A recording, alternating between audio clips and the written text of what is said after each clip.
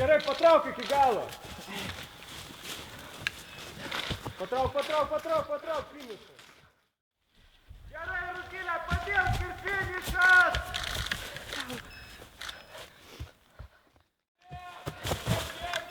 Dirbk iki galo, Rom. Aizdėt.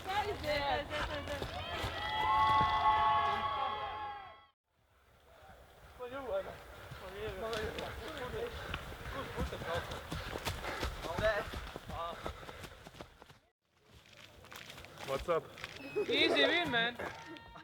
Pirmą dieną pasirodėme gerai, sakyčiau, patenkinamai galbūt, nes turėjom ir prizininką vieno amžiaus grupėje, tai 20 Martynas Stirlikas, labai nedaug liko užlipti ant laiptelio pakylos ir Algirdui Bartkevičiui. Iš kitų amžiaus grupių irgi buvo dešimtukuose, tad manyčiau, kad bendras rezultatas buvo neblogas, patenkinamas. Nu, o antrą dieną nieko nepadarysi, lėmė tai, kad pirmos dienos daly buvo traumų, negalėjome statyti pilnai gerai komandų. Tai 20 grupė ir berniukų ir mergaičių dalyviai Paulius Vidžiūnas ir Anelė Kerpauskaitė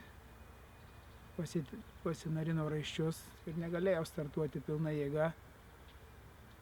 Nu ir dar varžybų metu estafetėse nesėkmė tuo, kad Gytis Nakvosas pasitempė į trečią kontrolinį punktą bėgdamas koją, taip pat nebaigė. Ir dar vienas toks įvykis, tai Martynas Stirlikas tiesiog prabėgo punktą dideliu greičiu bėgdamas. Nu, tai sakyčiau, kad antros dienos rezultatai nėra geri. Bet nieko nepadarysi, tai turime ką turime.